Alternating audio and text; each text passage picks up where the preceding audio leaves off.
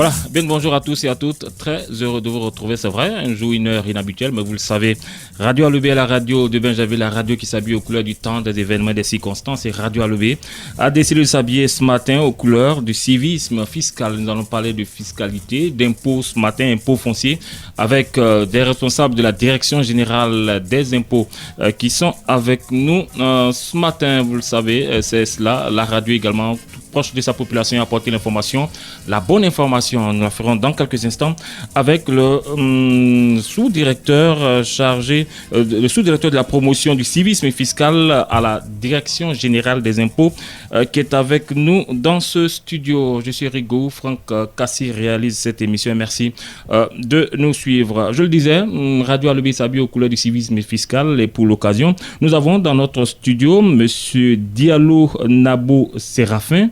Il est le sous-directeur de la promotion du civisme fiscal à la Direction générale des impôts qui est avec nous. Bonjour, monsieur le directeur. Bonjour, cher frère. Comment vous allez? Très bien. Mais je vous vois dans une très belle tenue, un beau costume de la DGI. C'est l'innovation. Ça prouve que vous êtes vraiment avec nous. Hein. Nous sommes dans l'élan du civisme fiscal. D'accord. Alors, avec vous ce matin, je dis que nous allons parler du civisme fiscal, mais plus précisément de la distribution des avis d'imposition foncière. C'est pour cela que vous êtes là. C'est une campagne qui débute ou qui a déjà débuté? Qui a déjà débuté, mais on va dire qu'il prend vraiment son envol à compter de ce jour. Alors, pour nos auditeurs, on va essayer de comprendre justement la raison de votre présence ici. Pour nous définir, d'abord, c'est quoi l'impôt foncier? Qu'on puisse bien comprendre. L'impôt foncier, c'est l'impôt qui est dû sur les biens immobiliers. Bon, pour faire simple avec nos populations, pour bien comprendre. C'est l'impôt pour tous ceux qui sont propriétaires de terrains nus. C'est l'impôt pour tous ceux qui sont propriétaires de maisons qu'ils habitent eux-mêmes ou qu'ils ont mis en location. C'est l'impôt pour tous ceux qui sont propriétaires de plantations agricoles. Donc, en un mot, c'est l'impôt sur le patrimoine foncier, sur le bien foncier. Vous me dites que celui qui a un terrain doit payer l'impôt? Oui, bien sûr. Puisque celui qui a un terrain... Celui qui n'a pas construit doit payer l'impôt. Il doit payer l'impôt, mais à des taux variés. Et au fil de l'émission, vous allez le comprendre tout à l'heure, parce qu'il doit également faire en sorte que la Côte d'Ivoire vive. D'accord, notre invité, je le dis, donc du domaine, avec nous, c'est de vraiment bien comprendre. Alors, pourquoi une campagne de distribution des avis d'imposition et pourquoi spécialement cette année? Parce qu'apparemment, c'est cette année que vous avez décidé de le faire. Pourquoi? Bien, ce que vous devez noter, c'est que la Direction générale des impôts est toujours à l'écoute des contribuables qu'elle considère aujourd'hui comme des clients. C'est ça. Et vous avez toujours accompagné la Direction générale des impôts. Et c'est la deuxième fois, si je ne m'abuse, que nous sommes sur vos plateaux. Et sans protocole aucun, vous avez décidé de nous recevoir. Donc c'est l'occasion pour moi de vous traduire d'abord les salutations et les remerciements de monsieur le directeur général des impôts, monsieur Ouattara Siabou, qui a bien voulu autoriser cette campagne-ci. Et la direction du cadastre, en liaison avec la direction de la communication, de la qualité de la promotion du civisme fiscal, ont décidé de mettre en musique cette campagne-ci. Et comme je le disais tantôt, la Direction générale des impôts est à l'écoute de ses clients, des contribuables. Et vous savez qu'en matière d'impôt foncier, le premier élément à partir duquel l'obligation de payer son impôt est exigée du contribuable, c'est l'avis d'imposition. Et très souvent, par le passé, les contribuables se plaignaient de ce qu'ils n'arrivent pas à recevoir leurs avis d'imposition, ils n'arrivent pas à connaître le montant de leurs impositions, ils n'arrivent pas à bien se situer, ils ne comprennent même pas ce qu'on leur exige comme impôt à payer. Et c'est fort de tout ça que la Direction générale des impôts a décidé d'être proche d'eux, de les accompagner, de leur donner l'information afin que l'accomplissement de leurs obligations en matière d'impôt foncier se fasse dans de bonnes conditions. Alors pourquoi spécialement cette année? Oui, comme je l'ai dit, il faut un départ. Et aujourd'hui, la Direction générale des impôts est engagée dans un processus de management de la qualité où le contribuable est client. Or, vous savez, dans le jargon que nous avons commun, le client est roi. Donc, il faut satisfaire aux desiderata du client. Voilà, parce que ce sont des constats qui ont été faits, ce sont des informations qui ont été remontées par les contribuables pour dire qu'ils ne recevaient pas leurs avis d'imposition. C'est pour éviter que le contribuable attende et qu'il ne sache pas ce qu'il doit payer. C'est pour permettre au contribuable de se préparer, d'avoir une notion de ce qu'il doit payer et prendre des dispositions pour venir le payer. Donc, en un mot, c'est pour faciliter l'accomplissement de son obligation au contribuable. Alors, pour bien comprendre, c'est quoi donc un avis d'imposition? Je vais aussi faire simple. Oui. Un avis d'imposition, on pourrait le qualifier de facture en matière d'impôt. D'accord. Voilà, c'est une facture. Mais il ne faut pas effrayer le contribuable. Voilà, l'avis, donc c'est ce document-là qui retrace un peu toute la situation de l'impôt foncier que le contribuable doit payer. Parce que l'avis d'imposition, c'est un document d'information du contribuable sur la réalité du bien qui est imposé, sur l'identité de celui-même à qui appartient le bien, sur le montant de son imposition, sur les différentes périodes auxquelles l'impôt doit être déclaré et surtout les différentes modalités pour payer l'impôt, à savoir l'utilisation aujourd'hui de la téléphonie mobile, que nous appelons la solution DGI mobile, pour lui permettre de payer son impôt. Donc c'est un document qui renseigne le contribuable pour qu'il prenne ses dispositions afin de pouvoir mieux accomplir ses obligations. Alors, question du citoyen lambda, pourquoi est-ce qu'il doit aller retirer son avis d'imposition? Mais c'est ce que je disais tantôt. L'avis d'imposition vous indique le propriétaire du bien. L'avis d'imposition vous donne des informations sur le montant de votre impôt foncier. L'avis d'imposition vous indique les différentes périodes auxquelles vous devez venir déclarer vos impôts fonciers. L'avis d'imposition vous dit comment ces impôts-là doivent être payés. Et c'est une opportunité pour le contribuable parce qu'un montant d'impôt peut être mis à sa charge, mais ce montant peut connaître des erreurs. Donc, avec l'avis d'imposition, il a l'opportunité de pouvoir réclamer une correction de ce qui est mentionné et qu'on lui demande de payer. Donc, l'avis d'imposition est un élément très important parce que c'est lui qui, je dirais, consacre le départ de l'accomplissement de l'obligation de payer du contribuable vis-à-vis du receveur des impôts. Alors, la campagne s'intitule donc campagne relative à la distribution des avis d'imposition fonciers. Alors, question, comment le contribuable doit recevoir son avis d'imposition? Est-ce que c'est vous, la DGI, qui venez chez moi à la maison me donner, on va dire cette facture entre guillemets, ou cet avis-là, ou alors c'est le citoyen qui doit encore aller vers vous pour retirer son avis? Comment ça va se passer exactement? Oui, a priori, c'est la direction générale aujourd'hui qui entreprend de faire la distribution des avis d'impôt foncier. Et ce qui est en train d'être fait ici à travers cette campagne, je pense que des instructions du directeur général ont également été données à l'intérieur pour que les directeurs régionaux prennent des dispositions afin que les contribuables puissent disposer de leurs avis d'imposition. Donc c'est la direction générale des impôts qui initie la campagne de distribution. Mais ça n'empêche pas que le contribuable qui sait qu'il a des obligations puisse se déplacer pour aller à la direction générale des impôts, aller au centre des impôts dont il dépend afin de réclamer son avis d'imposition au regard de l'importance que j'ai indiquée tantôt. Mais bien plus aujourd'hui, la direction générale des impôts prend des dispositions afin que pour l'avenir, l'avis d'imposition puisse parvenir au contribuable. Je pense que ça devrait pouvoir se faire déjà, que le contribuable puisse recevoir son avis d'imposition par voie électronique. Il a un mail, l'avis d'imposition lui est balancé là-dedans et il peut le retirer. Donc voici un peu, ce sont les deux voies qui s'offrent. D'abord la direction générale des impôts qui initie par en faisant la distribution, mais le contribuable qui a également l'obligation de nous fréquenter, parce que ça nous permet de le voir également. Donc vous me rassurez, vous me dites, moi je suis à la maison, un matin, on toque à la porte, la DGI, voici votre avis d'imposition, c'est comme ça que ça doit se passer en principe, c'est ça? Si. C'est ce qui va se passer. C'est ce qui se passe, voilà. D'accord. C'est ce qui se passe. Est-ce que vous avez la cartographie de toutes les habitations, vous pouvez déposer tout ça? Est-ce que tout ça, à ce niveau-là, il n'y a aucun souci, hein?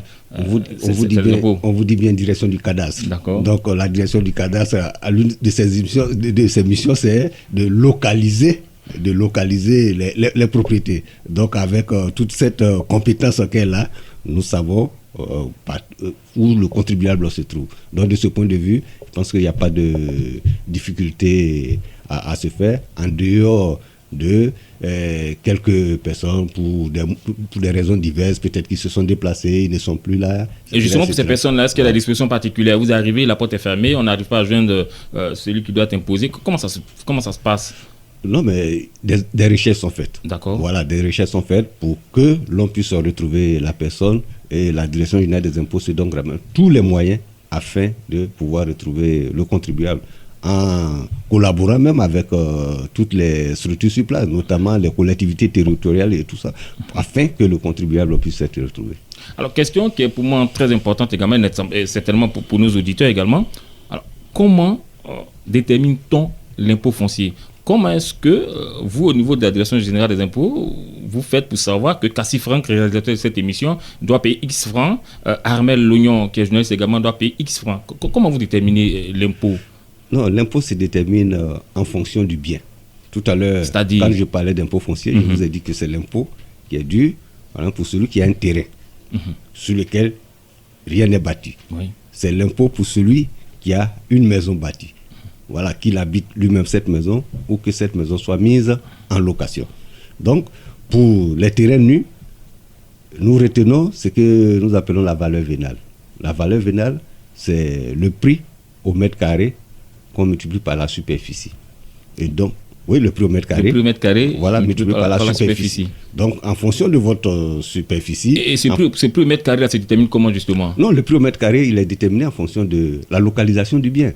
En fonction du quartier, de la zone dans laquelle le bien se trouve. Mais tout ça, c'est les impôts qui déterminent tout ça, hein? Non, ce sont les impôts, mais en liaison avec les collectivités territoriales, avec le ministère de la Construction, avec d'autres structures étatiques qui interviennent vraiment dans la chaîne foncière. Donc, ce n'est pas la Direction générale des impôts qui a seule l'opportunité ou le pouvoir de décider du prix au mètre carré. Avant de poursuivre justement sur la question, pour que nos auditeurs comprennent très bien. Alors, nous sommes à Bingerville, il y a par exemple le village d'Anna et le village d'Adjien. Est-ce que le prix au mètre carré à Anna sera le même à Adjien, par exemple? Non, pas forcément. Non, pas forcément. Pas forcément. Et comme je l'ai dit, c'est en fonction de toutes les commodités du lieu où se trouve le terrain qui détermine le prix au mètre carré. Très bien. Et donc, en prenant juste un petit exemple, pour quelqu'un qui a 500 mètres carrés, au prix de 1000 francs le mètre carré. C'est juste un exemple, parce que je sais qu'à Bingerville, maintenant, on ne peut pas avoir 1000 francs le mètre carré. Donc, ça combien le mètre carré ici? Ah non, vous allez me le dire. Je suis à Bingerville, justement. Et comme Bingerville gravite autour de la zone de Cocovier que nous y sommes, nous savons que 5000 quand même, et plus, ça, c'est pas... Ok, donc vous suivez, voilà. Donc, bien faire comprendre. Quelqu'un qui a un terrain de 500 mètres carrés, si le prix au mètre carré fait 1000 francs, ça lui fait comme valeur vénale 500 000. Mais ce n'est pas 500 000 qui paye aux impôts. Parce que pour les terrains nus, le taux est de 1,5%. Et donc, en appliquant 1,5%, on va se retrouver à 7500. On va se retrouver à 7500 à payer par an. D'accord. Si le prix au mètre carré est toujours de 1000 et qu'il a 1000 mètres carrés, la valeur vénale va faire 1 million. En appliquant 1,5%, ce sera 15 000 francs qu'il paiera par an. Et ces 15 000, nous allons le voir tout à l'heure avec les modalités de déclaration, mais déjà, ces 15 000 vont se payer en 4 fractions. 15 000 francs en 4 fractions. D'accord. Chaque 3 mois, c'est-à-dire au plus tard le 15 mars, 3 750 000, 3 750 000, pas 3 millions, 3 750 francs. Et au plus tard, le 15 juin, 3 750, 15 septembre, 3 750, et 15 décembre, 3 750. Donc, la modalité du paiement, pour permettre aux contribuables de pouvoir s'acquérir. Absolument. Parce que la DGI est toujours à l'écoute du contribuable et prend en compte ses préoccupations. Et ça, c'est pour les terrains nus. Maintenant, si c'est un terrain bâti, c'est une maison, partons du principe que la maison fait 100 000 francs le mois. Parce que pour déterminer l'impôt foncier, c'est la valeur locative. La valeur locative, c'est-à-dire le prix du loyer que vous aurez pu pratiquer si vous deviez mettre la maison en location. D'accord. Et ce prix aussi est fonction du lieu où se trouve la maison. Parce qu'une maison de 3 pièces aujourd'hui, je prends juste un exemple. À Yopougon, camp militaire, une maison de 3 pièces, ça ne sera pas le même loyer qu'une maison de 3 pièces quelque part à Faya. Ou même dans d'autres espaces sur Bingerville. Voilà, parce que à Bingerville, il y a Bingerville et il y a Bingerville. On vous comprend. Voilà. Donc, si le loyer fait 100 000, c'est à l'année. En ramenant à l'année, ça va nous faire 1 200 000. Et ça, c'est la valeur locative. Et à cette valeur locative, pour quelqu'un qui habite sa maison, il sera appliqué un taux de 3%. Et en appliquant 3% à 1 200 000, ça nous fait 36 000 francs par an. Et les 36 000 francs sont payés en 4 fractions également, à savoir 9 000 francs chaque 3 mois. Et si la maison est mise en location, c'est-à-dire que vous ne l'habitez pas vous-même, ce sera 12 000 francs, 12% qui seront appliqués à la valeur locative. Donc en appliquant 12% à 1 200 000, nous serons à 144 000. Et 144 000, vous divisez par 4. Et chaque 3 mois, vous venez payer le CAC. Donc voici un peu comment se détermine le montant de l'impôt foncier et comment se paye cet impôt foncier-là. D'accord, c'est bien compris. Certains certainement se disaient que l'impôt était calculé selon donc, la personne à qui on s'adressait. Non, ça n'a rien à voir. Non, ça n'a rien à voir. L'impôt foncier est calculé en fonction du bien. En fonction du bien. D'accord. Très bien, merci. Je rappelle à nos auditeurs que nous sommes avec M. Diallo Nabo Séraphin, le sous-directeur de la promotion du civisme fiscal à la Direction générale des impôts. Avec lui, nous parlons justement de la distribution des avis d'impôts fonciers qui a débuté là, qui va se poursuivre.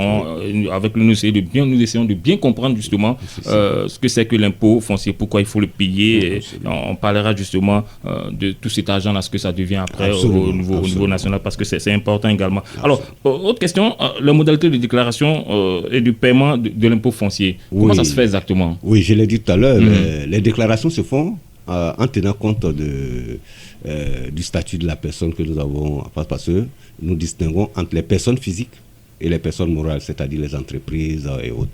Donc pour les personnes physiques, les déclarations se font du 1er octobre au 15 novembre de l'année. Et pour les personnes morales, les entreprises, là, du 1er octobre au 15 février. Et pour certaines catégories d'entreprises qui sont à la direction des grandes entreprises, c'est-à-dire ceux qui ont pour chiffre d'affaires des milliards et autres, il y en a qui peuvent aller jusqu'au 20 février.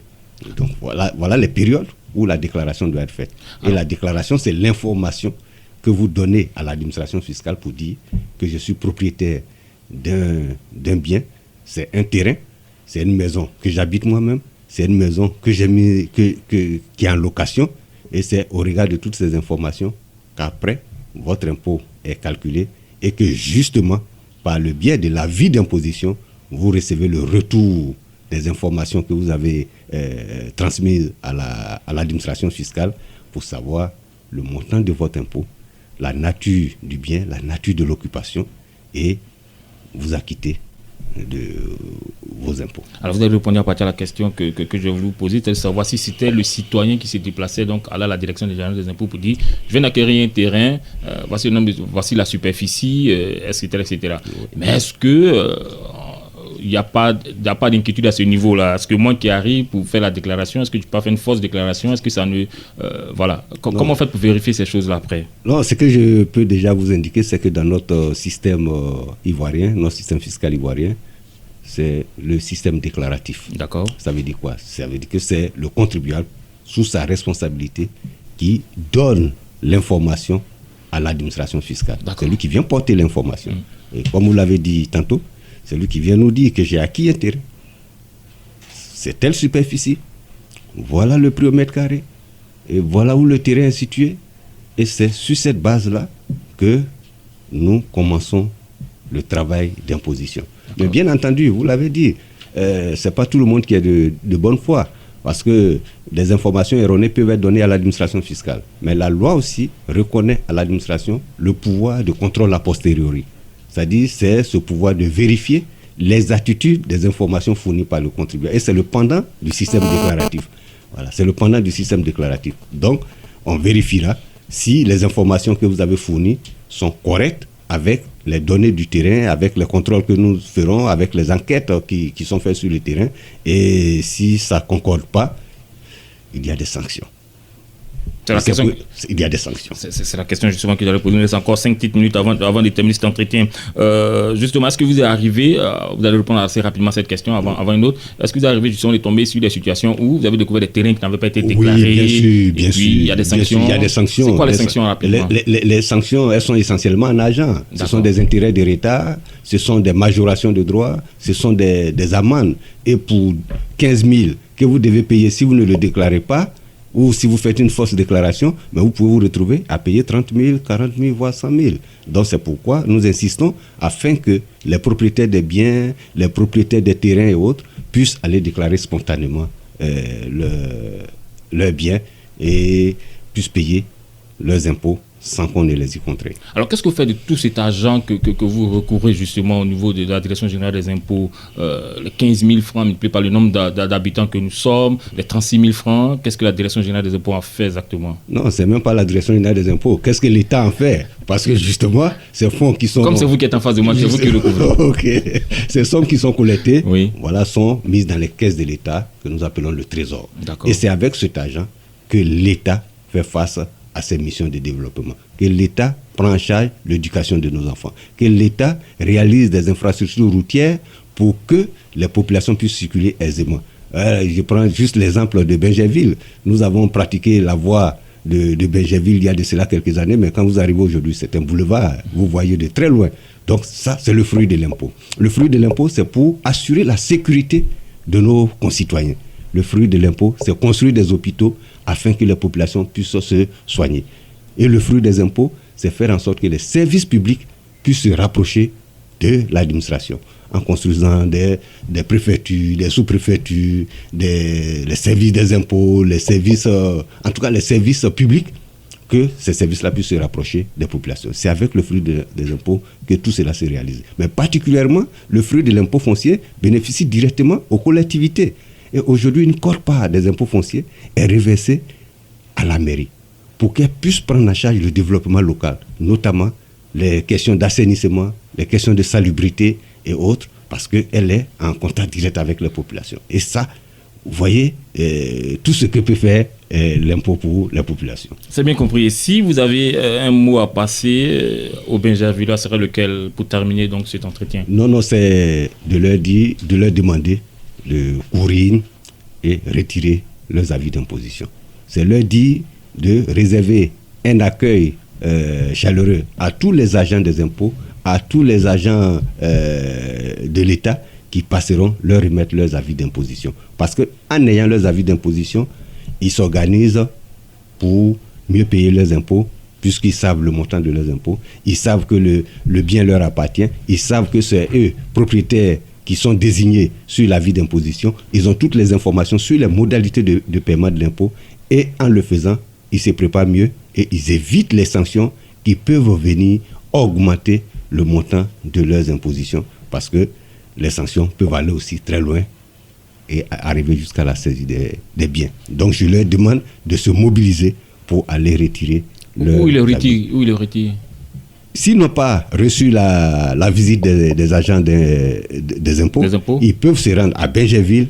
Il y a un centre des impôts qui est situé non loin de l'hôpital Mère-Enfant. Voilà, de l'hôpital Mère-Enfant. Ils peuvent se rendre là-bas et les services des impôts leur réserveront l'accueil dû à leur rang en tant que contribuable client pour venir retirer leurs avis d'imposition. Voilà. Merci beaucoup. Je rappelle que nous recevions M. Diallo Nabo Séraphin, le sous-directeur de la promotion du civisme fiscal à la Direction générale des impôts, avec lequel nous avons parlé justement de la campagne de distribution des avis d'imposition foncier. Il faut donc vous rendre. Attendez les agents qui arrivent vers vous. Sinon, devez vous rendre donc au centre des impôts de Bingerville pour retirer vos avis d'imposition. On était très heureux de vous recevoir. Et puis, vous revenez certainement à la fin de l'opération pour qu'on en fasse un petit bilan. Ah oui, absolument. D'accord. Surtout que nous reviendrons encore dans quelques mois dans le cadre de la campagne sur la déclaration et le paiement de l'impôt foncier. Très bien, merci beaucoup. Nous avons été très heureux de vous présenter cette émission. Franck Cassi l'a réalisé, l'état assisté de Hachi Joël. Mais moi, j'ai été très heureux également de vous présenter cette émission. On se retrouve très vite sur les antennes de la